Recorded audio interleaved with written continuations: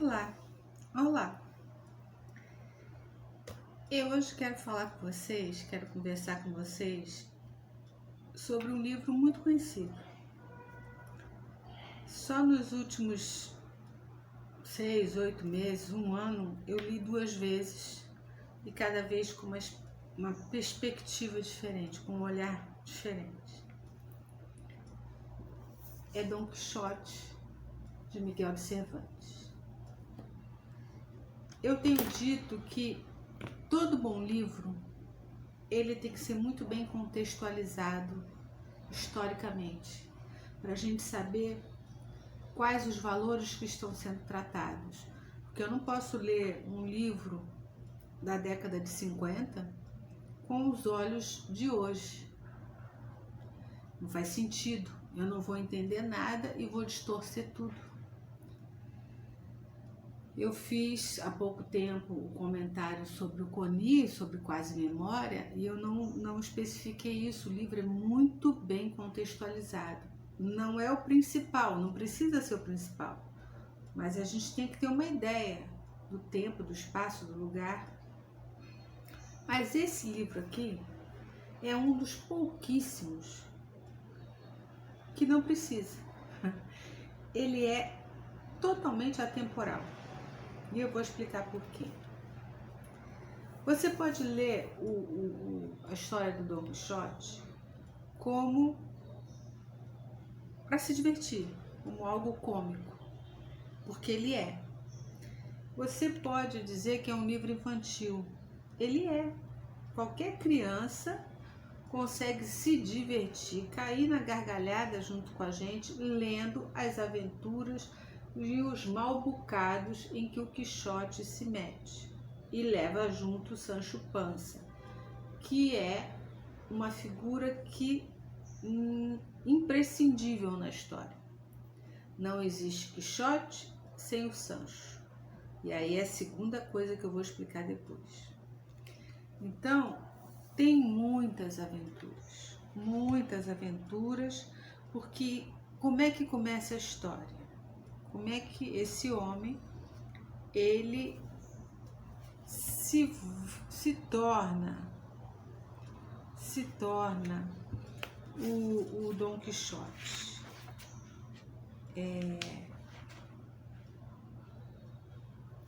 Na verdade, o nome dele é Alonso Quijano, conhecido como Bom. Mas ele se envolve tanto com a literatura sobre os cavaleiros andantes, as histórias das cavalarias, que ele perde a razão e começa a delirar, achando que ele é um cavaleiro. Ele é um cavaleiro andante. E aí, nesse delírio é que começa a nossa história. Então, ele, como um cavaleiro andante, que ele acredita que é, tem toda uma história de como ele tem que cumprir os rituais da cavalaria. Ele está muito preso a todos os detalhes da cavalaria. Como ele tem que se sagrar cavaleiro, a indumentária. Ele precisa ter uma figura feminina, uma senhora que seja o alvo do seu amor, da sua fidelidade. Ele precisa criar essa figura, que ela não existe. Então ele começa a criar tudo. E tudo isso já são aventuras, são fantasias, são delírios, já são coisas que a gente vai rindo o tempo todo. Como é que essas viagens começam na cabeça dele. E ele se mete em muitas aventuras. A mais conhecida do moinho de vento, né? É a luta dele com os moinhos de vento, em que ele olha para os moinhos e vê gigantes. E o Sancho alerta, não são gigantes. E não são, sim, você que não está vendo. E ele sempre arranja uma desculpa muito doida para justificar o delírio e para justificar quando dá errado. Não, você não tá vendo porque você é isso, mas... E aí ele vai e se mete contra os moinhos. Tem a vez que ele desafia um leão para briga. Tem a história de tá tendo uma procissão, tá tendo uma romaria porque não tinha chovido e as pessoas estavam pedindo ajuda para que viesse chuva, para que viesse. Então tinha uma imagem de uma santa lá coberta com pano preto. Quando ele viu aquilo, ele imagina imediatamente que é uma donzela que está sendo levada contra a sua vontade. Então ele tem sempre esse propósito de salvar donzelas, ele vê donzelas em perigo, salvar pessoas que estão sendo injustiçadas. Tem uma aventura que é um lance muito engraçado, em que prisioneiros do rei estão sendo levados para um determinado lugar, e como eles estão sendo levados algemados, vamos dizer assim, presos por correntes, ele acha que os homens estão sendo obrigados a ir, e que ninguém pode ir obrigado a lugar nenhum, então ele vai lá para salvar os caras. Bom, são muitas aventuras. E cada aventura dessa é um delírio e tem as suas consequências. Tem um custo para ele, Alonso. É Alonso, né? Ou Afonso? Alonso. E tem um custo para ele, Alonso, ou Dom Quixote, também conhecido como o Senhor da Triste Figura, o Cavaleiro da Triste Figura. Tem um preço para ele, tem um custo essas aventuras todas. Mas o custo maior sempre, quem paga é o Sancho. E aí eu vou entrar, não vou contar a história, eu vou entrar no meu entendimento, na minha perspectiva. Só um detalhe, quando eu fiz a primeira leitura, a história tão bem escrita que você consegue visualizar tudo. E olha que eu não sou muito boa nisso, não. Você consegue visualizar tudo, as pessoas, as roupas, os lugares, tudo. Da primeira vez eu vi assim, os lugares, da segunda vez, não sei se foi pela cadência que eu dei à leitura, eu vi como uma peça de teatro. Eu via os atores em cena e os cenários sendo mudados. Então, talvez numa terceira leitura, eu venha a ser impactada de uma outra forma. Mas por que eu disse que o livro é atemporal e dispensa contextualização histórica? Porque, para mim, além de ser um livro para a gente relaxar, para a gente rir, para a gente brincar com as crianças e tal, ele passa uma mensagem muito séria, que são os valores humanos, os princípios humanos.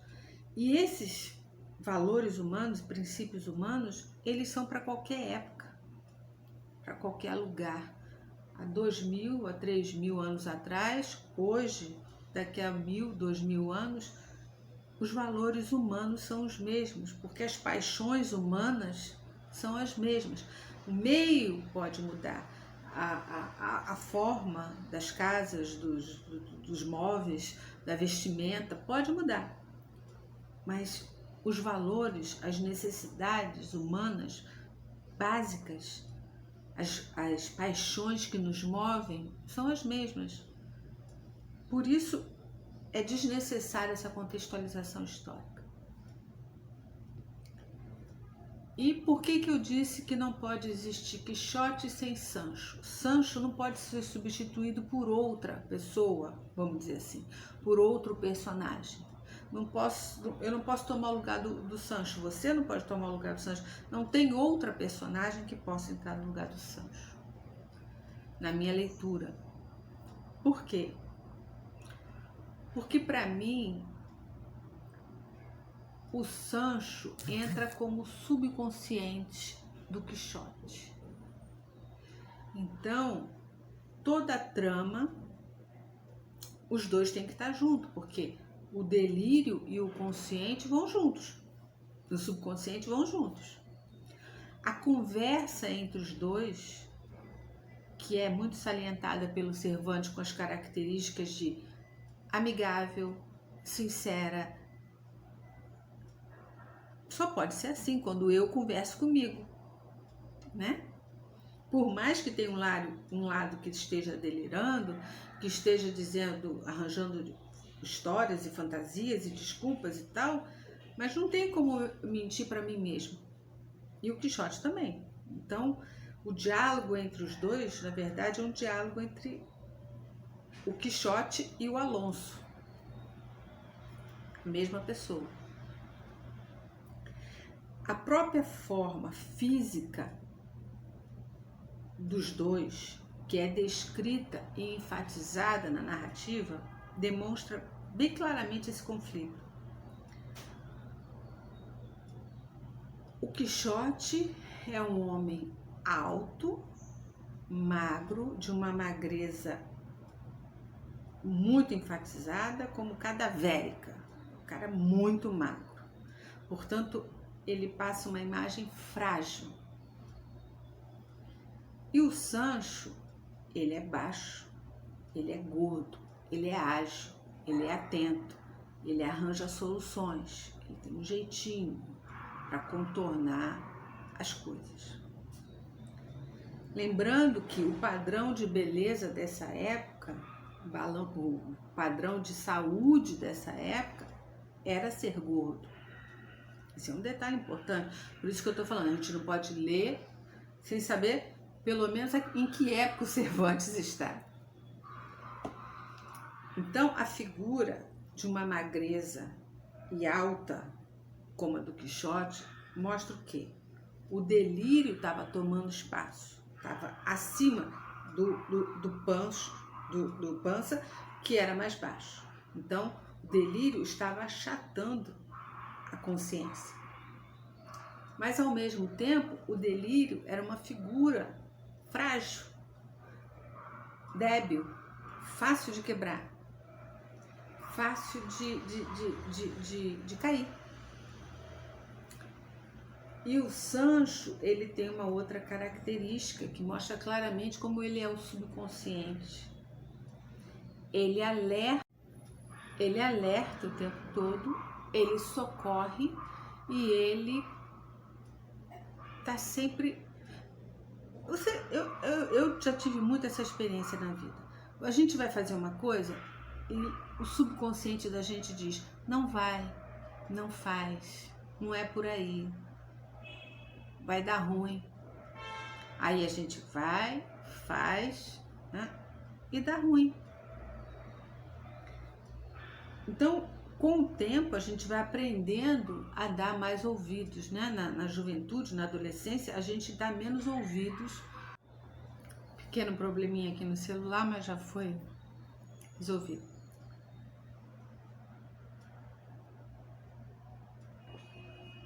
Com o tempo, com a maturidade, a gente vai aprendendo a dar mais atenção ao subconsciente. Não vai, olha lá, é por ali, é por aqui. E isso fica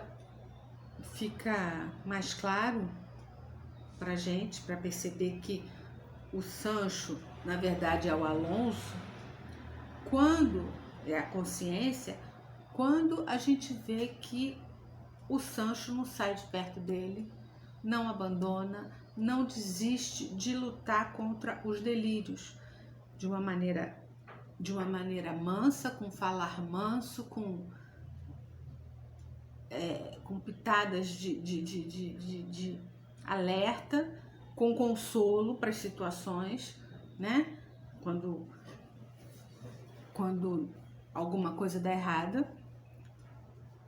E uma característica interessante é que quando alguma coisa dá errada, o Quixote, ele se machuca, ele se decepciona, mas vamos botar fisicamente, ele se machuca, ele cai, ele apanha ou perde a briga, tal, né? Mas quem sempre leva a pior é o Sancho. Por quê? Porque no delírio ele sempre tem uma justificativa fantástica, fantasiosa e fantástica para a situação. Então ele se contenta com aquilo, ele acha que tinha que acontecer, que foi merecido e tal, que fazia parte da história do cavaleiro andante, porque não sei o que. O Sancho, ele sofre muito mais, porque ele está consolando o delírio, ele está consolando, ele está alertando e ele está apanhando porque ele tem consciência do que está acontecendo. Então, eu não sou psicóloga, mas assim, eu acho que no momento que o delírio vai achatando a consciência, se chegar a um ponto que a consciência sai fora, aí o cara enlouqueceu, entende?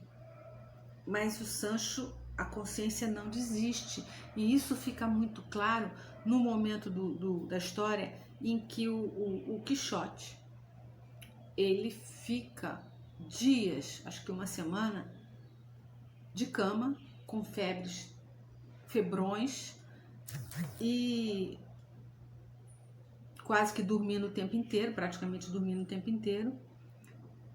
Mas quem é que não sai do seu lado? O Pança.